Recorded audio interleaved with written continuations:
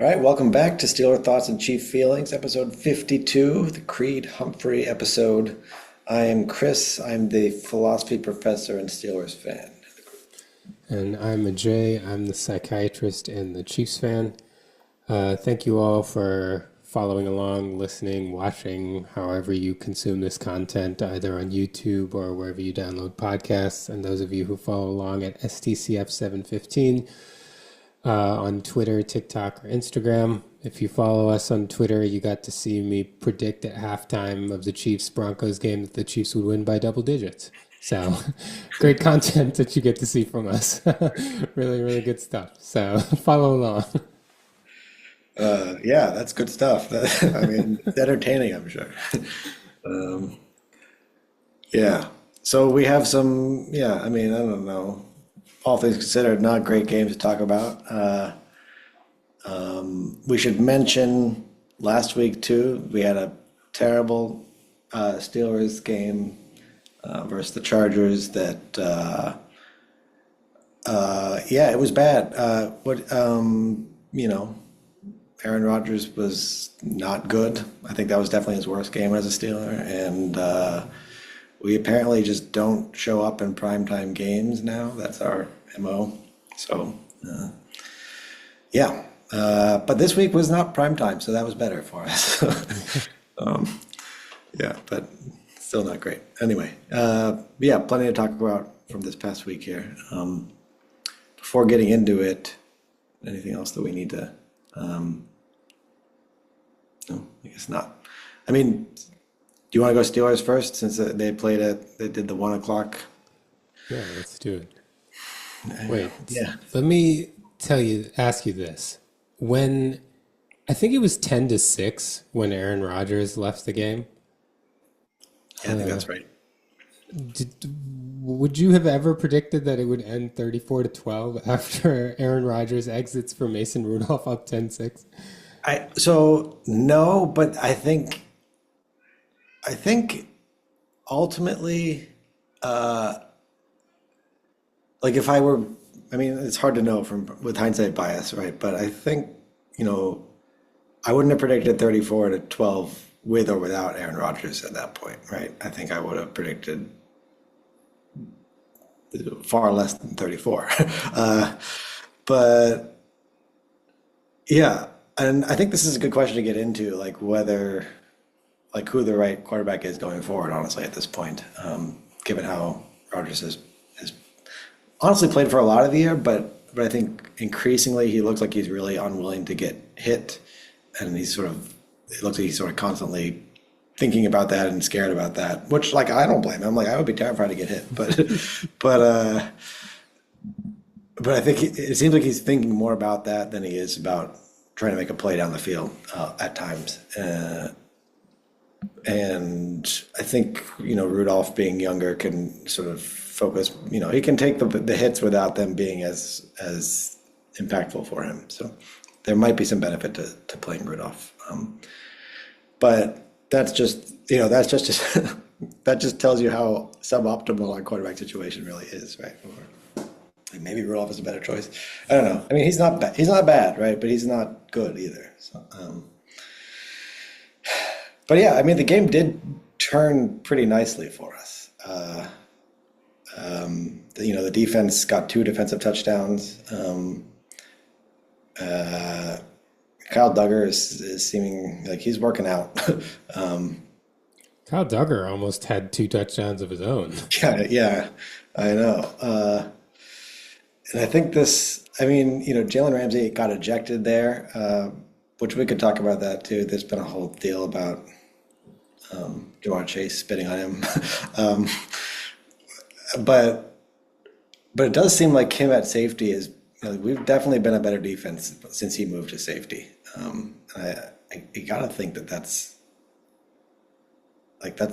why would you not stay in that, with him there? That seems like the right move going forward, given how much better the secondary in particular has been since then. But yeah, I don't know. We'll see what happens. But I think the defense was solid. Like, compare this to the defense's performance in the first Bengals game. and it's night and day, right? Like this is so much better. In that game, you just had no confidence at the end that they were going to stop when they needed it, and they didn't. Whereas this one, they're solid, right? I think we had a much better game plan for Chase. I think he had like 3 catches for 30 some yards or something like that. But he was not really a factor, or at least probably he was a factor in how we game planned it, but not much of a factor in terms of the yardage that they got. So I think you got to be honestly like the defense is sort of trending up right now. I thought even against the Chargers they had a pretty good game. Gave up 25, but that was really because the offense was just doing nothing the whole time. And what was the week before? This is all blending together for me. Was that the Colts? I think it was the Colts. Yeah. Yeah, yeah. I mean, the defense has been pretty good for really 3 weeks now, and I think that's encouraging. What's not encouraging is the offense. They were terrible against the Chargers, and they were like arguably better in this one, but the Bengals also have a atrocious defense, and so it's hard to know how much to extrapolate from this. And One thing that's kind of weird is like I know there were the 2 defensive touchdowns at the end, but I do think like rewatching the game, well, I shouldn't even call it rewatching it. I didn't see it live, so I just watched it the one time.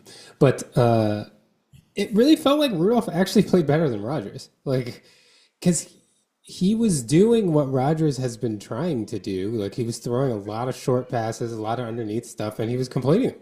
yeah, yeah, yeah. And the average depth of target for our offense in this game must have been like 4 yards or something like that. Like it was not high. Tons of dump offs. Yeah, but they worked. I mean, and I think like I don't know if that's our game plan all the time, but it worked in this one. Darnell Washington had one of the like that awesome crossing route where like 3 Bengals tried to tackle him and he went through all of them.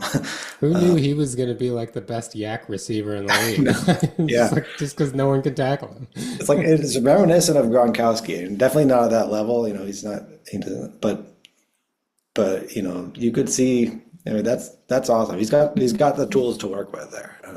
He might be able to generate Gronkowski level momentum, less speed but more mass. So probably Yeah, evens out. yeah, yeah. I think that's plausible.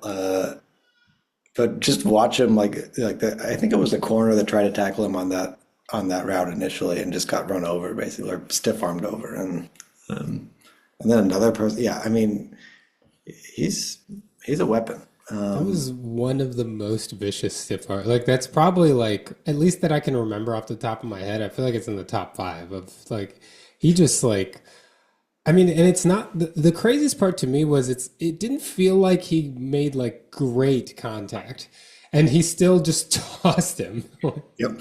Yeah, he's yeah. I agree that it was surprising that it went that well, right? I mean, maybe it was just that he caught him off balance or something like that. That could have been, but yeah, he had some great yards after catch there. I was thinking of Kenneth Gainwell had a couple great like 3rd and long conversions there, which like I mean honestly, I don't know how like his speed was relevant in those conversions, but it was also just like schemed up in a way that either the Bengals just blew it or like it's not like he had to do great things to make those happen. He just had to run quickly, get to the edge in some cases, but it worked, right? That looked good too. So I think Jalen Warren he had an ankle injury, but I think he's probably going to be okay. And he had a nice like a 35-yard run in there too, which kind of I don't know. Well, He had the I think it was Ian Hartitz on Twitter who posted the clip and was like the less often seen attempted hurdle into a stiff arm. Like, yeah, like jumps into a stiff arm. Like, it was almost never like seen that before. that play by not Le'Veon Bell, Antonio Antonio Brown Brown against the Browns like many like years kicked ago. a guy in the chest. Yeah, yeah. Which it was like that was on a punt return. I think it was for a touchdown, but that was called a penalty, and we and we had to back the ball I up for think it that. was the punter too, wasn't it? Did he Yeah, kick the yep. punter? It's like he's like had like half a thought, like maybe I'll hurdle him, and then like midway through, it's like there's no way I'm hurdling him. Jumped too early or something, but ends up just kicking him in the face or in the neck almost. I think it was. Yeah, the Warren move. But it was weird because he did that and then still didn't get tackled. Like I got like 10 more yards Right. after that. So yeah, yeah. Warren looked good. Gainwell looked good. But I feel like the through line is the offensive line looked so good.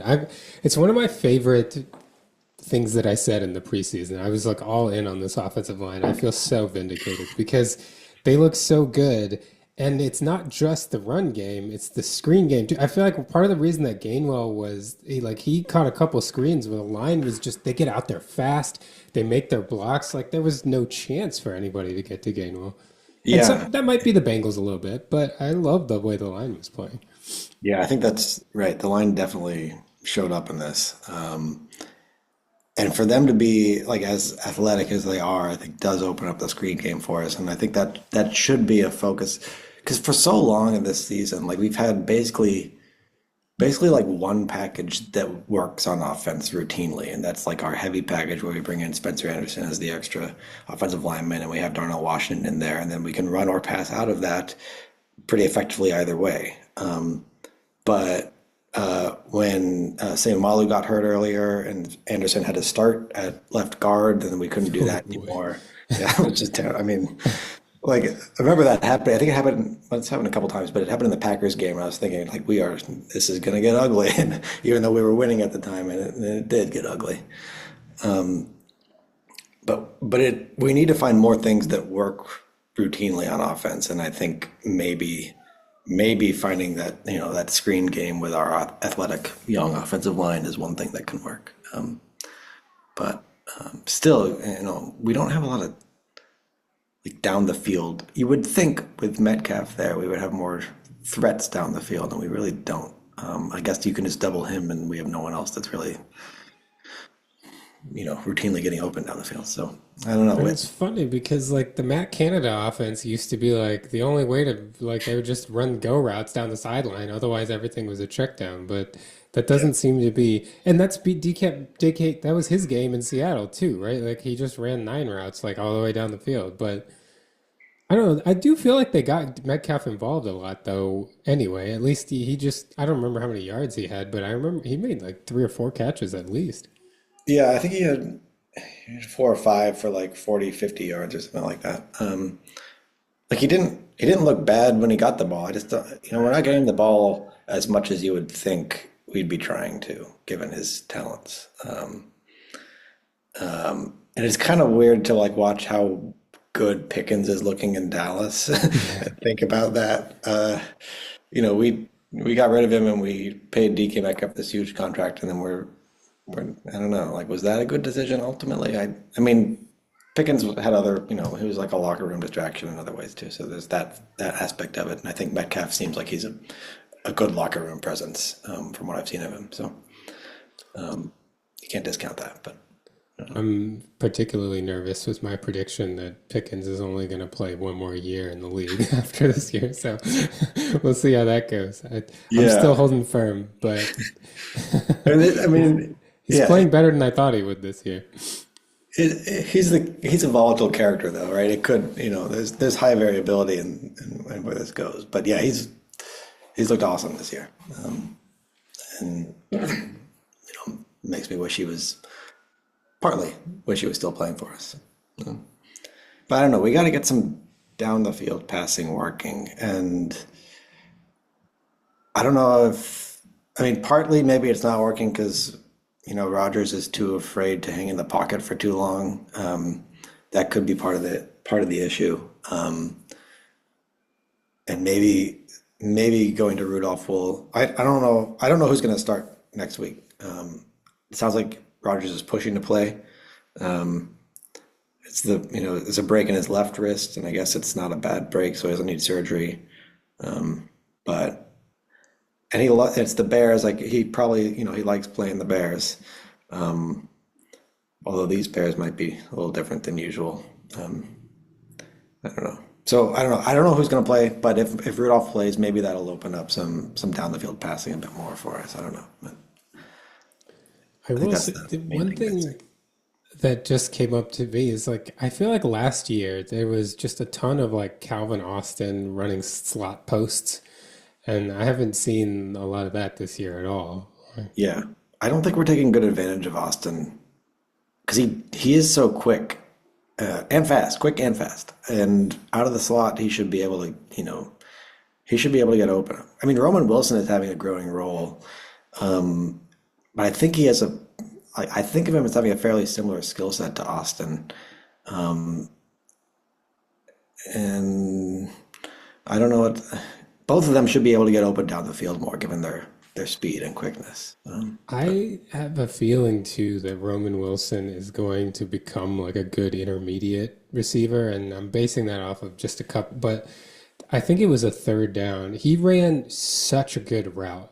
Like he basically like it was kind of like a pick rub play, but you can tell he understands like the timing and he turned to do his break like when the defender couldn't see him through the receiver and just broke out. The defender had nowhere idea where he went and they converted a third down because of it. When I saw that, I was like, oh, this guy like he might be, one thing that was underrated about Antonio Brown for all his speed was that he was an awesome route runner. And I feel like Wilson showing stuff like that in essentially his like rookie season, yeah, uh, that's pretty cool. yeah, that's true. And Rogers has been speaking, like he's been talking about how he sees a lot in him, and he's been trying to coach him along. So I don't know that there's promise there. I guess that's right. And if you're a good route runner, then that makes it easy on the quarterback. You know exactly where he's going to be, maybe even without really seeing where he is, right? I remember those plays where like Ben would just like he knows where Brown's going to be. He'll just like put it over there, and Brown will be there, and he'll catch it, right? Yeah, I mean, I'm not expecting Roman Wilson to get to that level, but you know, to be small and shifty and quick like that, and to be a good route runner is a nice combination. We'll see if he can take advantage of it. Yeah. I feel like we should discuss the Ramsey Chase series of interactions. What did you make of all of that? I mean, there's an obvious video of Chase like spitting on him. It's hard to know what led up to it or whatnot, but I think I don't know. Mike Tomlin said something this week like It's one of I my had a good favorite quote about quotes. this, right? What was the quote? I need it word for word. It's like I don't have much. I don't know. Basically, like if someone spits on you, you're I welcome think to I be have no wrong. message. Was Yeah, that? I have no message if someone spits in your face. Like, and then yeah. the Do what second comes part, I natural. don't. Yeah, Yeah, do what comes naturally. I mean, come on, like that's just like you're not gonna hear a coach say a better thing all year. yeah, yeah. No, that was satisfying to hear. Yeah, I mean, I heard, was it like Connor Orr or someone saying that he shouldn't have been suspended for spitting because players do much worse? Like What? I don't know. I mean, I think it's fairly plausible that you should be suspended for spitting on a player. I mean, it doesn't seem that, In fact, I would swing the other way and be like, it should be the default. Like, I don't care. Like, you can't spit on someone. I feel like you should get suspended every time someone spits yeah, on someone. yeah. If nothing else, I mean, the league cares about optics, and that's a disgusting optics, right? So yeah, you're supposed to respect your opponent, and spitting on your opponent is not that. So I don't know. What kind of examples are we trying to set with people watching this? Yeah, I if think you suspension's point appropriate. at someone after you score a touchdown, you get a taunting penalty. So I feel like Yeah, spitting should be a suspension. yeah. You don't even have to score the touchdown. Sometimes it could just be like look at them and laugh or something. I mean, Jalen Carter got ejected for spitting on Dak Prescott in week one. Oh yeah, I forgot about that. What was that definite spitting in that Yeah. case? Okay, yeah, yeah, Well, and this I think is a very fun conversation that arose because I feel like both Jalen Ramsey and Jamar Chase have gotten to points where they probably don't deserve the benefit of the doubt when it comes to Yeah. interaction. And so the fact that it's both of them really creates this interesting dynamic and discussion for people. Yeah. Yeah, both of them, I think that's right. They don't, you know, there's a sort of default way of interpreting their play and their interactions, whereas like they might not have had the best intentions, right? Um, yeah, they're both in that area, and of course they ended up coming to blows about it. But, I mean, right, punching him in response, like I understand why he was ejected, so like I'm not gonna say that's wrong either, but yeah. I'm glad he got suspended though. I guess I can take some. Well, it's funny too because as a Chiefs fan, I have a little bit of history with both of them. For like when Jalen Ramsey was on the Jaguars, I remember in 2018 he was talking a lot of crap before we played them because this they had just gone to the AFC Championship game the year before, and he chose to highlight repeatedly that Tyreek Hill was only a Pro Bowler for the return game, not as a wide receiver. And then Tyreek Hill did catch a nice like 30-yarder right on him in one-on-one coverage. But that was Jalen Ramsey. And then Jamar Chase, I mean, I've talked on this podcast about how annoying I find Jamar Chase. I just feel like one thing I will say about Jalen Ramsey that I disagree with Jamar is like Jalen Ramsey, from to my knowledge, doesn't seem to say a lot once he's lost. Like which I feel like is appropriate. Like you can chirp all you want, but then when someone beats you, at least like pay them the respect of like, all right, you got me this time. I'm gonna try to get you next time. But Jamar Chase just can't shut up. Like he will talk trash right after losing a game. Like it takes all the meaning out of any of your trash talking. Yeah. And I don't like. And I know I'm biased because we've had so many scuffles with the Bengals, but Jamar Chase like genuinely just doesn't come across as like a likable person. Like even what he talks about Justin Jefferson, who's his college teammate at LSU, and he's just like, no, I don't really talk to him. Like, why would I talk to him anymore? Or something like it's just flippant stuff. You're just like, what are you trying to say? Like, Yeah. but you know, Bengals fans have countered with things like, you know, Jalen Ramsey, AJ Green tried to fight Jalen Ramsey on the field, and AJ Green is like a notoriously mild-mannered guy. So like clearly Jalen Ramsey is no saint, but Yeah. it's an interesting dynamic. Yeah. No, I think like yeah, I don't think Jalen Ramsey's a saint. I mean, I like watching him play. He's not what he once was.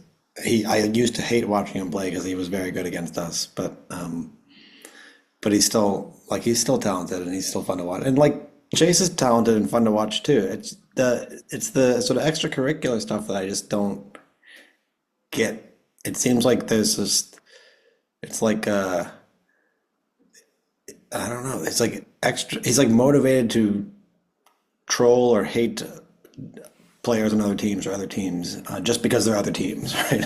And I just don't get that, right? And maybe I don't know. I mean, it's satisfying to beat them, right? It's satisfying to beat them because they're annoying, right? And he's Chase, also like repeatedly shown that for because to me this is the worst trait in a supposed trash talker is when you rile yourself up so much that you make the mistake. Like he spat on Jalen Ramsey, like you made the mistake, and that happened with him against Trent McDuffie last year, where he got so mad after a Trent McDuffie tackle that he thought was a hip drop tackle, which was not a hip drop tackle, that he ended up getting a 15-yard penalty for screaming at the ref so much. And it's like, you know, you can't consider yourself an enforcer if you're the one that makes the mistake. I feel like he just does all the things that are like, it comes across actually as like a lot more fragile rather than like, and I have some experience with guys that are enforcers like Chris Jones or Travis Kelce. Like they do talk crap, and Travis Kelce evolved. He was the guy that would be too much earlier in his career, and he kind of matured, you know, about the same time that Mahomes came around, which was very convenient for us. But you know, it's those guys who like can get keep an edge and get other people riled up, but they're not the ones that cost you. And Jamar Chase has not figured that out. Yeah. Yeah. If he does, he'll be, I'll actually like him, right? He'll be a fun player. I mean, he's still a fun player to watch Oh yeah. when I can be impartial about it. Yeah, it's so It rare that I'm rooting for the makes it hard to Bengals do. or I don't want them to lose. Yeah, right. Um, by the way, though, I mean, but Flacco's definitely come back down to earth there. But there was a stretch, especially like when they beat us on Thursday night, and then he was pretty good the next week too. And I can't remember the week after that, but I mean, even like, was it just a week ago now when they went crazy against the Bears? They had that back and forth. No, it was two yeah, weeks ago it's a now. week. That was 2 weeks. It was yeah, but they put up 42. Is that right? Or 41, I think. I think the 41. Bears had 42. Okay. No, wasn't that, didn't they end with 47? Oh, I don't know. It was I some. could be. I thought so. But anyway, whatever. Yeah, 40 some points is 40 some points, right?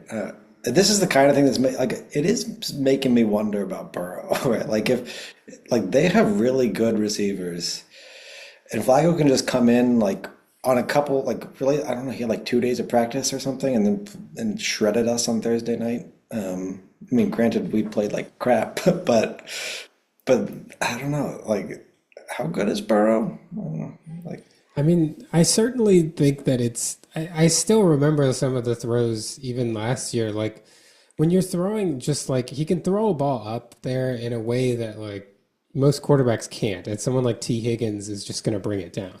Yeah. And with Jamar Chase, like you can get him the ball anywhere on the field with a little bit of a head of steam, and I mean, it's like prime Odell, where Odell could take a slant and he could be gone. You never Yeah. know. And Jamar Chase, and it's in a way that's so much more terrifying than, I mean, maybe saying more terrifying than Tyreek Hill isn't fair, but like, because it's not just the speed with him, it's the power. Right. Like Yeah. he can Both of break them a are like tackle that. too. Right. Yeah.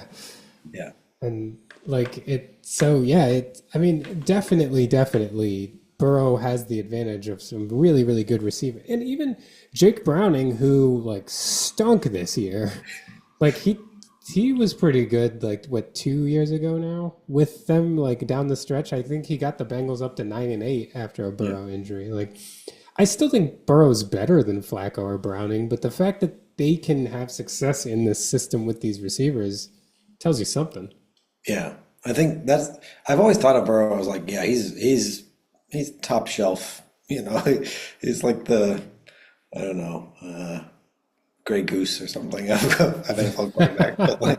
But yeah, I don't know about that anymore. I feel like maybe he's I don't know what I don't know my vodka that well, but I don't know if he's Grey Goose level. It's like a Smirnoff. Yeah, with Smirnoff maybe. Yeah. I mean, he's good, right? Don't get me wrong. Maybe I'm just, and it also might just be that like I haven't seen him play much this year, and I haven't been reminded of how good he is. But when Flacco can be that good with those receivers, it makes you wonder. Yeah, I mean, I certainly have always considered like Jackson and Allen to be a level above Burrow, even when Burrow made it to the Super Bowl. Yeah, But yeah, it does make you wonder, like when you get into that next tier of quarterbacks, like the problem is I don't know that there's anyone to really like take the mantle from Burrow as number four. Like Herbert makes an argument here and there. yeah. This week he made Baker a has some pretty like, bad argument. pretty bad argument. Yeah. So it's kind of hard to pick someone out for sure. We thought maybe it would be Jordan Love or CJ Stroud, but neither of them has been able to kind of keep things together. So I don't know. Yeah, that's true. Just like but that's more of me. That's just like there are not many top shelf quarterbacks Yeah. right, these Yeah. days, right? Which is, you know, that's a bummer, but makes it nicer to have one when you do. So, Yeah, it's true. well, well, anything else to get back to the Steelers? What else to say there? Again, like yeah, I don't know. I guess there's like the interesting question for me here is like, should we want Rodgers to start this week against the Bears? And I honestly don't know what the right answer is there. I kind of feel like I mean, there's always the question of like when another quarterback comes into the game and they have experience like Rudolph did in this one. The other team wasn't prepped for Rudolph. Likewise, Rudolph wasn't, he didn't get a lot of first team reps in this one. So I don't know what to make of that, but And it could have, I think to some extent you attribute that to like them not prepping for Rudolph and getting something they weren't expecting. But I don't know. I guess it's weird, but I don't really care whether Rodgers starts this game or not. I feel like it won't make that much of a difference. I'm not sure if we win the game either way, but I I don't know. I remain skeptical of a couple teams that continue to do well despite my skepticism, and the Bears are one of them. uh, Broncos may I know another one, I imagine. Yes, exactly. Yeah, Yep. we'll get to But that. we will. Yeah. And yeah, I don't know. Like the one thing I will say is that the Bears are going to at least have spurts where they score, and so as long as the offense can, at the very least, like sustain drives, then it doesn't matter to me who the quarterback is. The one thing I will say is if the Steelers get down, I want Rodgers in there because I don't think either of them can do it, but Rodgers at least has some kind of pedigree in trying to bring the team back. Yeah, that's fair. But if the other team knows we're passing, I think that's been where Rodgers gets more antsy this year. So I don't know if all things considered but it's definitely not where we want to be either way, right? We don't want to be trailing. But I think I guess the other thing with Rodgers is he has like saved us in a lot. Like he's made a lot of smart plays just from like having a lot of experience this year. Like throwing, like he's just throwing incomplete when he otherwise would have taken a sack and or used the hard count, drawn people off sides, things like that. Um, I don't know that Rudolph would have done. I mean, of course, everyone can throw incomplete when they're about to take a sack, but I think like Rodgers did that I remember he was like falling down, and I think he just like threw the ball at the feet of someone that was an eligible receiver. That was just like that was quick thinking there, or maybe it was lucky that was an eligible receiver. But either way, I think his experience and his football IQ have shown up for us in good ways this year. So that might be a reason to prefer Rodgers. So, what do you think will happen in the Bears game without knowing who your quarterback's going to be? Yeah, it's weird because I don't. It doesn't feel that relevant, but um, yeah. What do I think will happen here? I guess I think the Bears will win. I think I've picked the Steelers enough, and then gotten like we've gotten embarrassed enough when I've picked us this year that I got to pick the Bears here. But it might be fairly close. It might be like a 27-23 Bears win.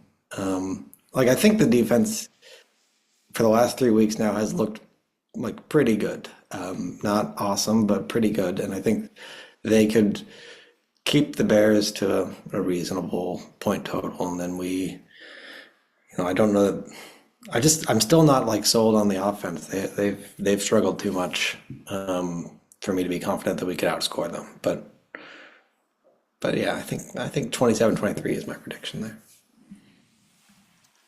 Yeah, I feel like I kind of think this might be a little bit like the Colts game. Like I think Caleb's gonna kind of meet his match with the Steelers defense in that they're just a lot of good, like wily players, and Caleb Williams, as long as you can keep him from running, I think that will be. And when you got Patrick Queen flying around and Peyton Wilson flying around, I think that will be okay in like containing him. And I don't know that Caleb Williams throwing is going to beat the Steelers defense the way that they're playing right now. So I don't want to say like I think it's going to be a little grittier than the Colts game, but like I think people will come out of this game like surprised at how few points the Bears put up and how like disjointed the offense looked when they're used to seeing it look as good as it has. And it might still be a score that looks closer than it really was, like the Colts game. Like I could see it being like 24-20. But like really it was like 24-10 until like the end, like the last couple drives or something. We went into prevent mode or something. Yeah. Yeah. That would be nice. It would be so nice to win this game. We're like the Ravens are putting some heat pressure on us at this point. And we're only like a paltry 6-4, and the Ravens are 5-5. We play them in 2 weeks. We get the Bills the week after this, so like it's kind of tense right now. To win this game would be really helpful, definitely. Yeah, I don't know. And you get to have JJ Watt as an announcer talking about TJ, so that'll be fun. Yeah, we've had him a couple times this year, and I feel like he's I feel like he must be making a conscious effort not to talk about TJ Watt all the time. Yeah, he's toned it down. I mean, obviously I was rooting for the other team, but when he was on the Netflix broadcast last year, it felt like he was like talking about TJ Watt all the time. I was like, Yeah. Jesus, we know he's your brother. Calm down. Yeah. Just think about family on Christmas or whatever last year. I guess so. All right. Well, should we take a break and then talk about Chiefs Broncos? Sounds good. And we're back to I hear the dejection in your voice. the part of the podcast I didn't want to do. Yeah. Well, yeah. Where do we start in this game? I mean, here's like maybe before even getting into the game itself, I maybe want to get your take on like what it's like to be in this position, right? Like I don't feel like this is a common position for the Chiefs in the last 7, 8 years, right? I mean, even longer, really, right? Since 2016, they haven't won the division every year since then. Yeah, starting in 2016. So, yeah, well, this actually dovetails nicely into one of the things I wanted to talk about. Because from a division standpoint, yes, this is an uncommon place to be.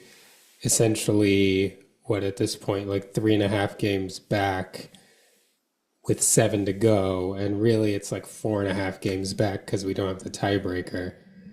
To be 1-2 in the division is weird. I mean, up until 2023, Patrick Mahomes had never lost a road game in division ever. So yeah, that part's unusual. And this record at this time, like Mahomes has never been 5-5. But in 2019, the year we won the Super Bowl, we were 6-4 after 10 games. And then, I think a response to that from people would be like, well, that was, Patrick Mahomes had dislocated his kneecap. But only one loss happened with Matt Moore at quarterback. So, we were 6-4. We ended up winning the Super Bowl that year. In 2021, we started 3-4, and we ended up hosting the AFC Championship game. That's when we lost to the Bengals. And then in 2023, we started hot. We started 6-1, and that's actually when Mahomes, we lost his first game on the road. We lost at Denver to go to 6-2. But we actually went from that 6-1. We ended up at 9-6 from 6-1. So we went 3-5 in the middle there, and then we ended up getting things together and then winning the Super Bowl. So, Yeah. there have been times in Mahomes' seasons where the team has had very rough patches, and those teams still all hosted the Super Bowl winning team in 23 didn't host the AFC Championship game. We went to Baltimore and won. But they either won the Super Bowl or lost in overtime the AFC Championship game. So, Yeah. it's all isn't lost. It would be shocking if we won the division at this point. That part is gone. I mean, I am not a Broncos truther, but I'd be surprised if the 9-2 Broncos finished worse than like 12-5. And in that case, like the Chiefs would have really, they have to win out to win the division. Yeah. But yeah, it's not that the Chiefs haven't had rough patches though. Yeah. It's interesting. Like, yeah, you highlight those points, and that's helpful because when I I mean, they've just, overall, they've been so good for so long. Like, you don't, like, when you just think of them in the abstract, you think, oh, they're never in this kind of position. But they have been in similar kinds of positions. And they've just turned it on when they needed to, right? So I guess that gives you some hope, right? That, I mean, but also too, like, I mean, I don't know. I should get your thoughts. Like, do you think, like, what's going on? Is there is there is there a quick story about like what's going on? Like, why are they 5-5 right now? Because they seem like they have the pieces to be much better, right? Like, we both thought like once the receivers were getting back, this was going to be really a very difficult offense to stop, and the defense is going to figure it out. And the defense has still been pretty good, right? So like, I don't know. I don't even know what to say is wrong. It's like is it just that they're not making the crucial plays, or they're making crucial mistakes at the wrong times, or what? Well, I think so unfortunately, I don't know if there's like a quick, I think there's a quicker defensive angle, which is that historically, like the Chiefs defense and Steve Spagnuolo have been very, very clutch. Like in the big moments, and this was never more true than last year, they had the right blitz, they had the right call that kind of, and it culminated in the AFC Championship game where they ran that crazy blitz on Josh Allen that he ended up throwing it on fourth down incomplete. Like the defense has been able to do that, and they're not this year. And what's really interesting is, apart from early in the game, Spagnuolo kind of really shied away from blitzing the Broncos on money downs. The other thing is like I remember in 2023 the Chiefs went like 10 or 12 weeks or something without ever giving up a 3rd and 10 plus conversion, and we're just giving them up left and right in crucial moments now. Yeah. So I think otherwise the defense has generally been okay, but for whatever reason they don't have the answer. Like they don't have, what it really feels like is that Spagnuolo doesn't have the faith that the defense can execute, a complicated blitz in a way that like eliminates or makes the benefit more than the risk, because anytime you have a blitz, there's always a risk. And we're not getting home when we're blitzing a lot, which even was different earlier this year. Like against the Ravens, Nick Bolton was coming free all the time. So that's the defensive side. And honestly, like a big part of it is pressure that, when we're rushing forward, nothing's happening. But when we're blitzing, we're not getting in either. And so I don't know. The fact that he's more reticent to do those blitzes makes me feel like there's some concerns about the secondary, but I thought the secondary in general has been playing well. So I don't know. I Yeah. don't know on the defensive side. You mentioned the 3rd and 50. I mean, on that, was it the Broncos' last drive, the 3rd and 15 conversion to Sutton? I remember Nick's had a while in the pocket there, right? It was like he had a while for him to come open. So it does seem like that. If that's the kind of place where Spags might have keyed up an exotic blitz and gotten through, but didn't this time, right? And essentially, like the rush plan was to scheme up like one-on-ones for, I think Amenahue was one-on-one, and I can't remember who the other defensive lineman was. I want to say it was either Karlaftis or Gelati. I don't remember who it was. Chris Jones was he was doubled, but essentially tripled, and Leo Chanel was spying. So you're essentially kind of rushing 3, and you have to trust. I mean, those guys aren't winning one-on-ones, Like Amenahue was the guy who 2 years ago when he came back from his suspension, like he would win one-on-one on a couple crucial plays every game, and he's not anymore. Do you think it makes sense? No, go ahead. Sorry. Well, I'm. You just know though that like Spagnuolo down the stretch. So this is around the time in 2019 when the defense started figuring things out. To me, it's always felt like, and this has been different the last 2 years or so when the defense has gotten a lot better, like in 23, starting then. But really, 19, 20, 21, 22, the defense didn't hit their stride until November. I feel like the first couple months were just Spagnuolo figuring out what guys can do, and then the end of the year was him starting to put the guys in positions that he felt like would kind of work for a most cohesive defense. So I think there's still hope yet. Offense is a little potentially a little more fundamental, but I still think is fixable because, like you said, like the receivers are there.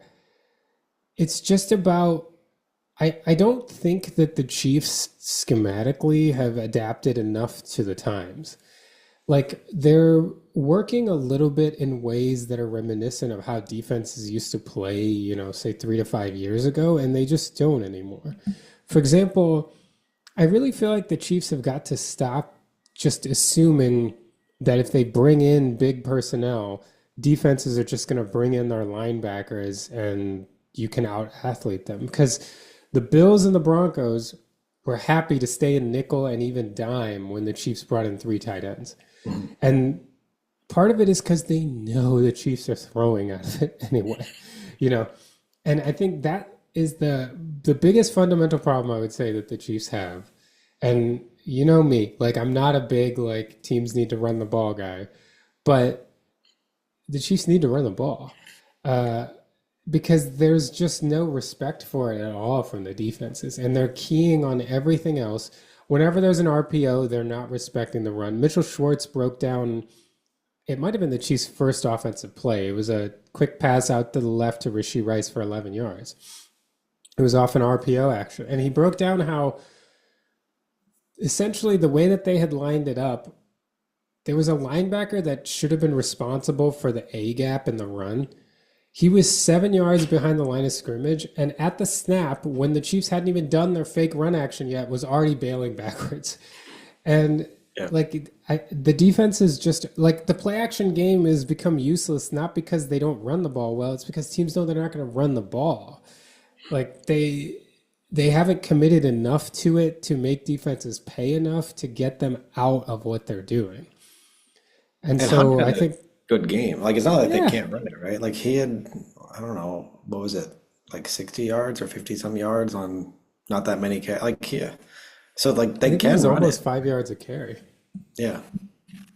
And unfortunately for us, like one of the most crucial runs they didn't convert, which was there was a 2nd and 1 in the red zone. They ran the shotgun run to Hunt, and he wasn't able to get a yard. But to me, it starts with that, and then I don't know and maybe I don't know what they're waiting on, but there are just a lot of kind of easy button things that the Chiefs are not doing. They are, running more kind of complicated route combinations. They're running still down the field. They're running. I I don't know why Mahomes and Worthy are not able to get on the same page down the field yet, but it's been 2 years now, and I mean, there are times when it looked great, like in the Super Bowl toward the end, Mahomes was hitting Worthy in stride, but I don't know if you saw the missed shot to Worthy on a first down in the first quarter. It I just don't doesn't remember. seem like they're on the same. I mean, it should have been a 61-yard touchdown. Like Worthy, like the safety jumps on an underneath route to Kelsey. Worthy's just one-on-one with the corner. He's got like a yard and a half. Like he's just screaming wide open. Yeah. And it just seems like Mahomes and Worthy aren't on the same page as far as the angle that he's going to run. Worthy runs it more shallow, and Mahomes throws it farther down the field, and Worthy can't catch up to it. Is it, did, I mean, earlier you talked about Worthy, just, you thought maybe something was like some nagging injury or something. Do you still think that's the case, or does it seem like it's just not being on the same page with Mahomes? Honestly, the weird thing is I don't know that I've even seen enough Worthy with the ball recently Yeah. to know if Yeah. he's. I I will say that like you do feel like you know like when the ball is in the air, like I did feel like he would be able to like go get that, but it just wasn't. I mean, clearly the angle was off. Like if you see where he was running and where the ball was thrown, like Worthy had to alter his trajectory, but I don't know. Whereas Mahomes seems a lot more on the same page with Tyquan Thornton still, Mm. and I think that's another adjustment the Chiefs are going to have to make. Like, make Thornton your deep guy. Like they've got something there. They showed it earlier in the year. Get some reps doing it here so you're ready for the playoffs. And then part of me is like, yeah, this happened with Marquez Valdez-Scantling in 2022, and then like they were nails in the playoffs in 2023, I should say, and then the playoffs, like MVS had some huge catches down the field. So like, I don't know, I don't know what to make of it. Like, and there are little things going wrong on different plays. The first half was just a lot of penalties. I actually felt like the offensive line protection was good. Mahomes got some shots. They had a couple drives just blown up by penalties. And then in the second half too, it was like, I mean, they started coming down and scoring. And they kept going with the deep shots, and they got some pass interference penalties. And then it was just a couple crucial plays here and there that they were just to tick off, I think the one that'll haunt me the most is the Chiefs were up 19-16. They ran a really good play to get Brashard Smith like wheeling out to the left. It was 3rd and 2, which I think one of the things people forget is that it was the only reason it was 3rd and 2 is because on first down, Noah Gray had a false start. So it was 1st and 15 instead of 1st and 10. But anyway, it's perfect. So wheel route for Brashard Smith. Nobody pushed out to him, so there's just the safety up over the top. And I mean, he's a rookie. He doesn't realize that just like stop your route. Stop your route. There's a safety over the top. And you can see Mahomes hesitating. Like I was interested. People online were like, why is Mahomes hesitating? It's because he's like, why haven't you stopped yet? Like he doesn't want to lead him because there's a safety over the top. And I think people were arguing like if you throw that ball immediately, like you could lead him and still not get to the safety. And so it's possible, but it's a 3rd and 2. He's like 5 yards down the field and he's still going up the sideline. And finally, Mahomes just tries to back shoulder it to him, and he's still too far down the field to get back to the ball. And It's also like if you're waiting for him to stop and he's not stopping, like it's hard to know where to throw it to, right? Like, are you going to throw it to where you expect him to stop or right. not? So I think that's part of this must have been part of what was going on there too, right? It's like, I don't know where to throw this. Well, and this is what happens when they talk about like Mahomes and trust issues, because one big difference between Patrick Mahomes and other quarterbacks is that because Andy Reid's offense is so much based on side adjustments, if you're going to throw with anticipation, you really, really have to trust that you and the receiver are seeing the same thing. And if you're not, then you take that extra half a second to make sure you can see what he's doing. And sometimes that half a second's all you got when you have to throw the ball, And so that's the difference, when you say someone like Brock Purdy or Jared Goff is throwing with great anticipation, they know exactly what, like Kyle Shanahan and Ben Johnson and now whoever in Detroit, like they're scheming up the exact play where the receiver is going. Brock Purdy knows the landmark where his receiver is going to be after 3.5 seconds. Patrick Mahomes doesn't know that.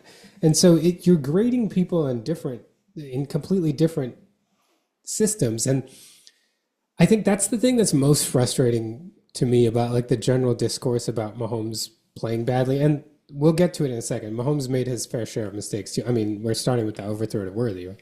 So I'm not saying he played perfectly, but he's playing a different game from a lot of quarterbacks. He doesn't know what the receiver is going to do, where many quarterbacks in systems absolutely know what the receiver is going to do. And so you can throw with anticipation, you can throw on time, and those split seconds are really important. So you could argue, should Andy have some plays that are a little more schemed up? Maybe.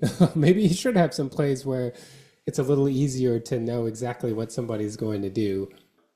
But ideally, you should, if everyone's reading the coverage perfectly. But I think Mahomes has had enough bad experiences with that he's a little bit hesitant with certain receivers, especially.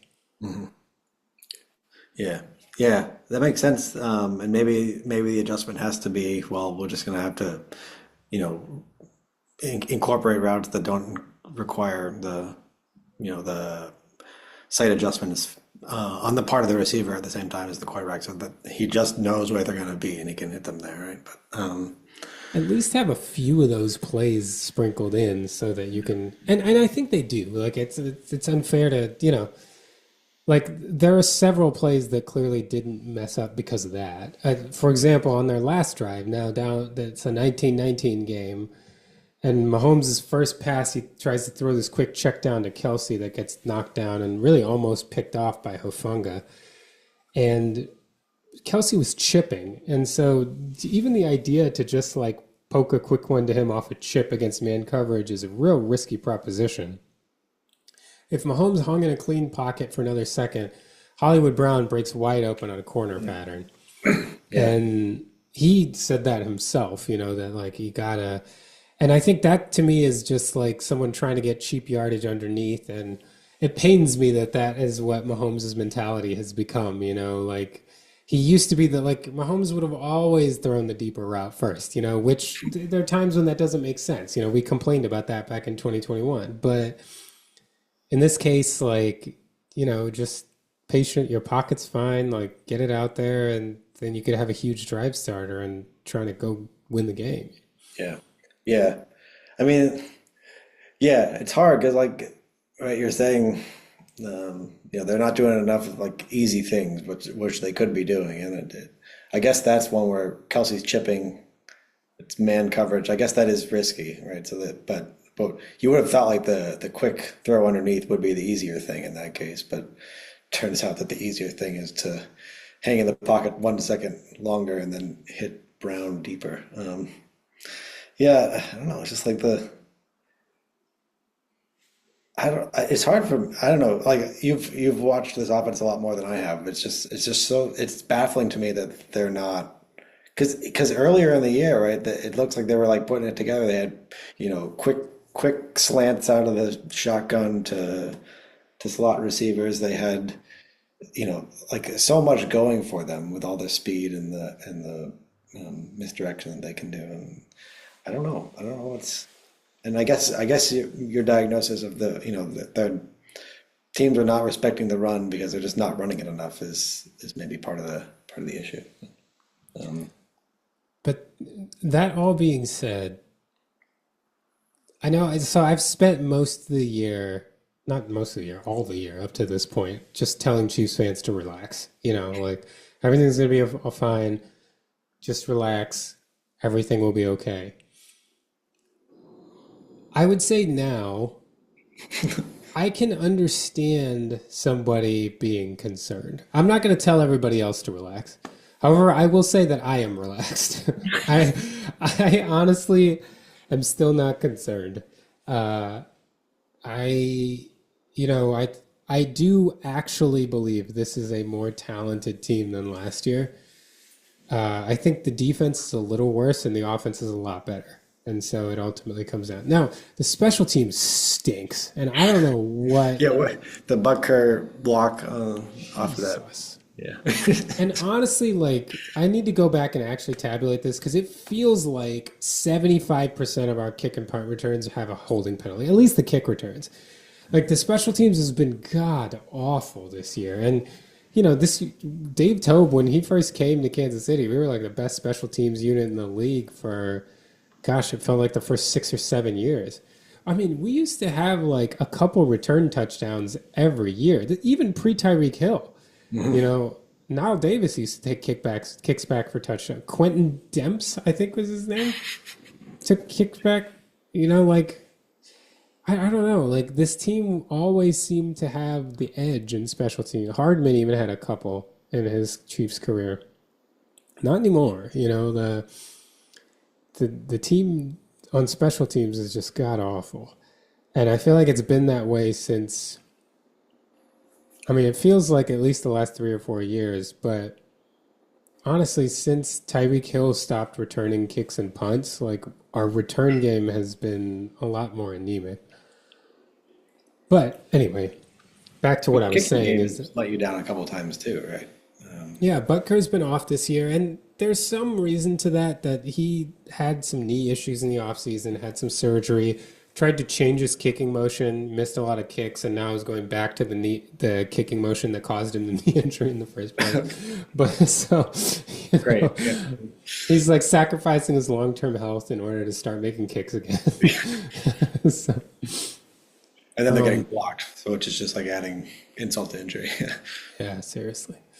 But I do, like, I'm not, I think this team is still going to make the playoffs, and I still think this team will be dangerous in the playoffs. Unfortunately, it doesn't seem like we're going to maybe not even be hosting a playoff game at all this year. Uh, but the other thing to note is that every single year, Kansas City, Andy Reid has been in Kansas City, including, what is that, four pre-Mahomes years? He has always, no, five pre-Mahomes years. He's always had a 5 game winning streak every single season, and he has yet to have one this year. 7 games left. I wouldn't honestly, I would predict that the Chiefs win their next five. And that puts us at 10-5, about to play Denver on Christmas, is what I'm expecting it to be. Yeah.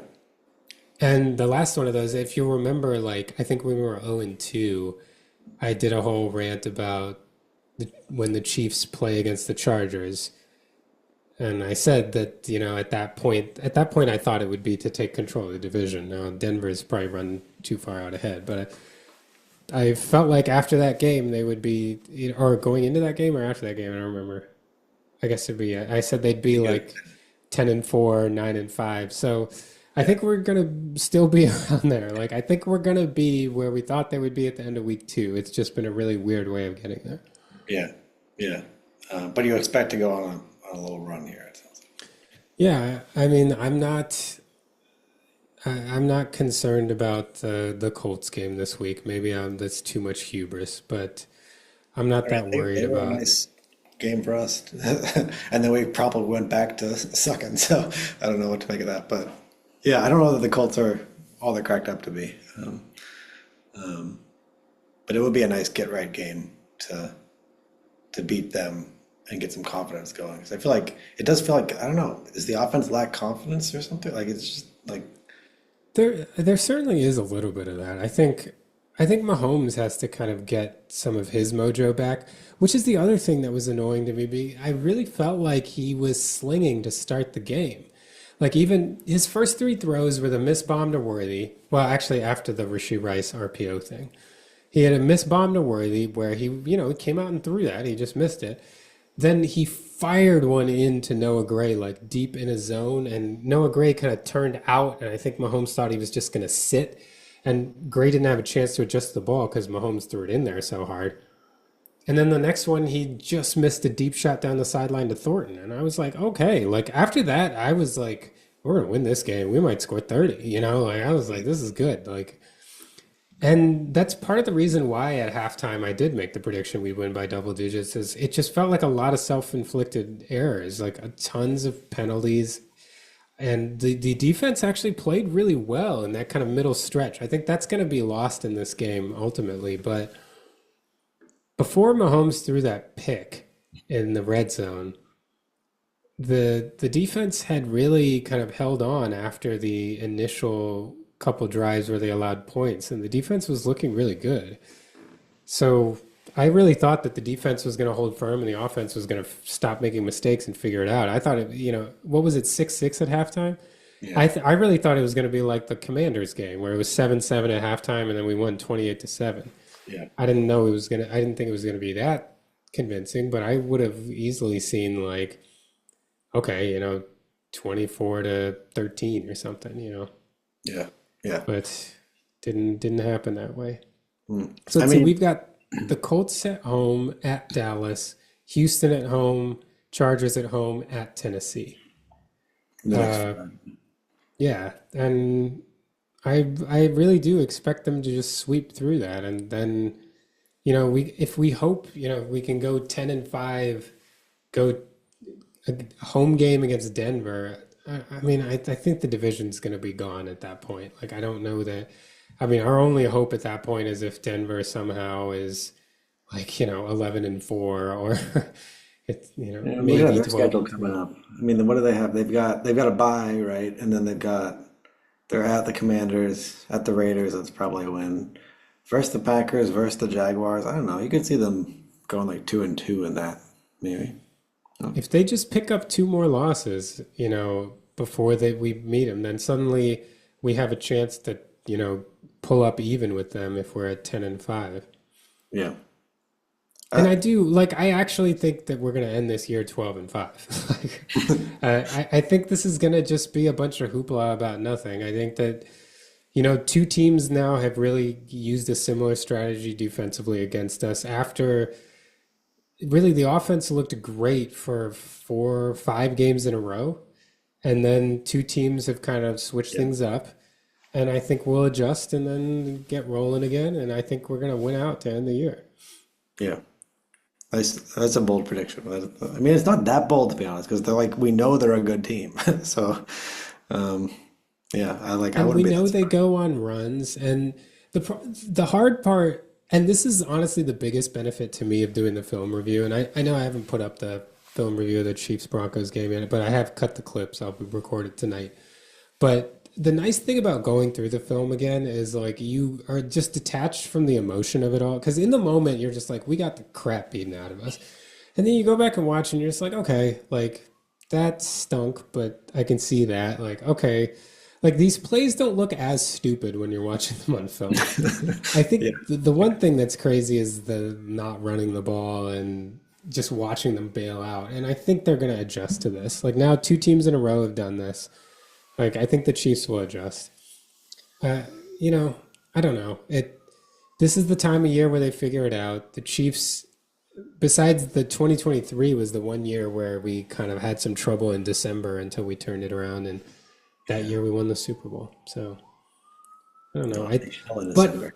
I will not tell anybody else to relax. I can understand if you're worried at this point. It's kind of annoying because this felt like a must-win game at Denver, and we didn't do it. Yeah. Uh, but I think we're okay. Do you think just sort of evaluating whether they can catch the Broncos, like it's relevant to that? How good are the Broncos? I mean, 9-2 is a nice record, but I don't know. Watching them, you're never like that impressed, right? The defense is good, I guess. Like that's a pretty nice defense, but the offense doesn't scare you.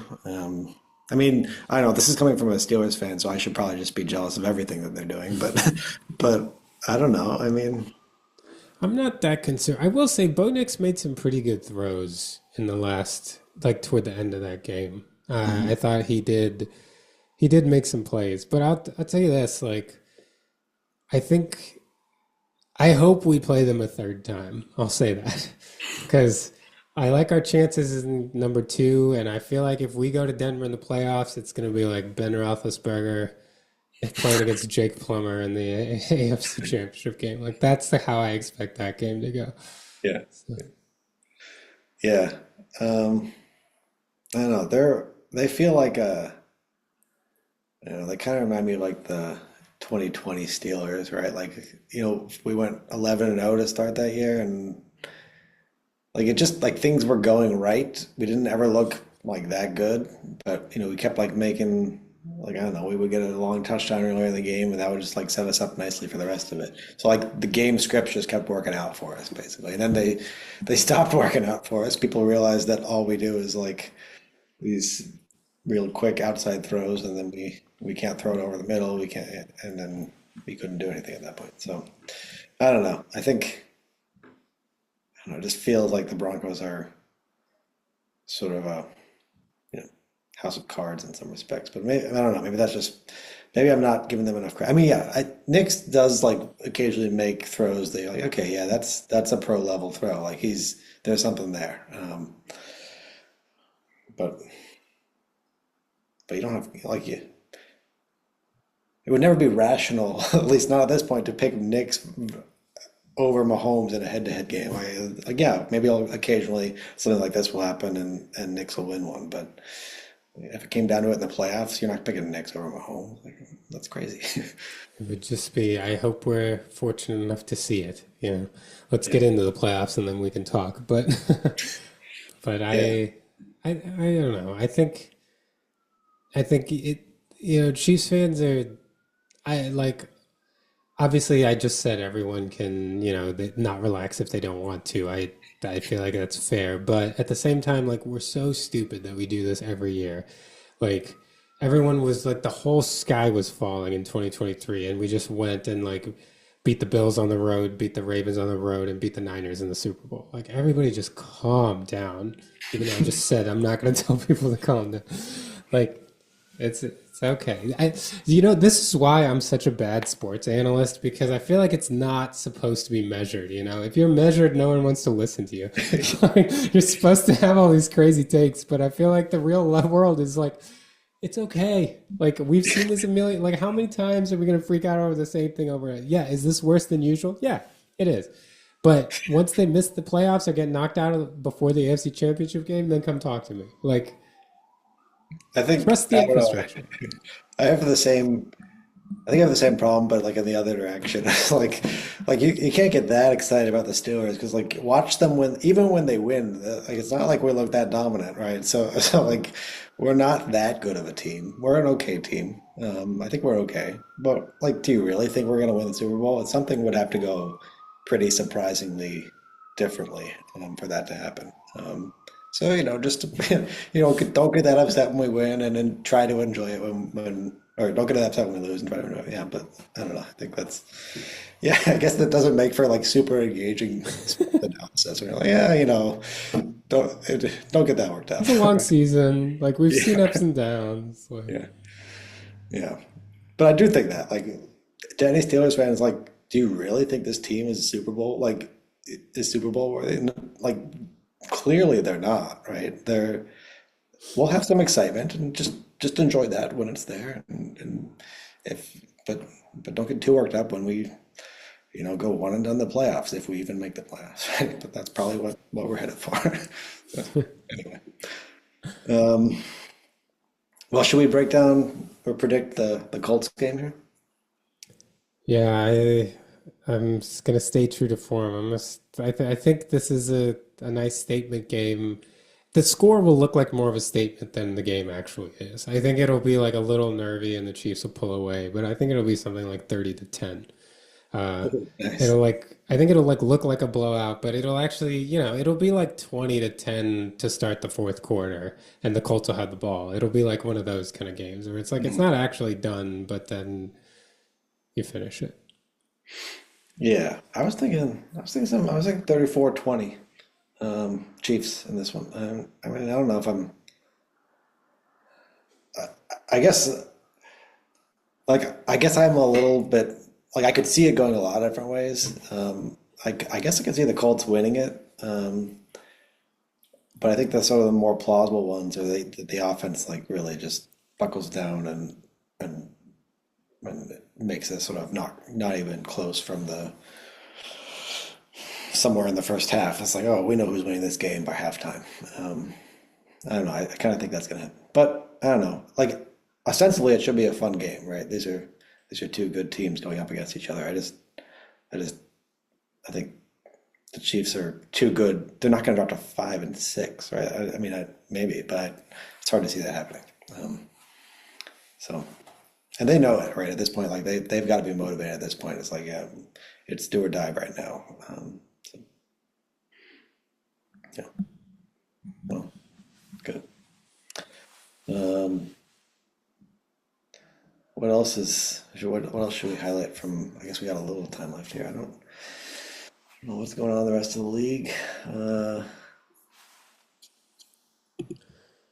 back I to will say it's crazy about that the Rams. We've gotten to the like. Remember when the yeah, preseason we were yeah, talking about like, well, it all depends on Matt Stafford. It's like, oh, well, he's an MVP candidate, so yeah, the Rams are playing well. I guess his back held up fine. We were all worried yeah. about his back. I was thinking like he's gonna last like two games or something until he gets hit the wrong way, and then the Rams will be terrible. But the Rams are like maybe the best team in the league. I don't know. They're really good. They're really good. Yeah, it's. Although I what I mean, should say was this, Stafford had, I mean, he didn't 15 for 28 for 130 yards. I mean, that's late Ben yeah. Roethlisberger stats. But at least it wasn't Darnold who threw four picks in this. It was. I. It was nice. I mean, I feel bad rooting for bad things to happen to anyone, but it's like whenever like Darnold or Daniel Jones or Jared Goff, like. I'm just like, I mean, come on. It's the same thing with the Chiefs. So, like, it's just like we football fans are too fickle. Like, you know what these teams are.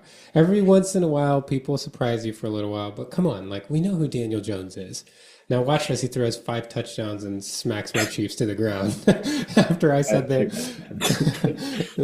But come on, we know who Daniel Jones is. We know who Andy Reid is. We know who Patrick Mahomes is. I Knowing hope our those things. podcast gets popular enough so that when this stuff doesn't happen, someone will clip this and throw it in my face. But We'll take that, right? Yeah. yeah, exactly. All right. Well, I guess we should wrap up then. Yeah. Well, thanks for listening. We'll check back in next week when the Chiefs have won, and we'll check back in at the end of the year when they go 12-5 and maybe win the division. Yep. From your lips to God's ears. All right. Until next time. See ya.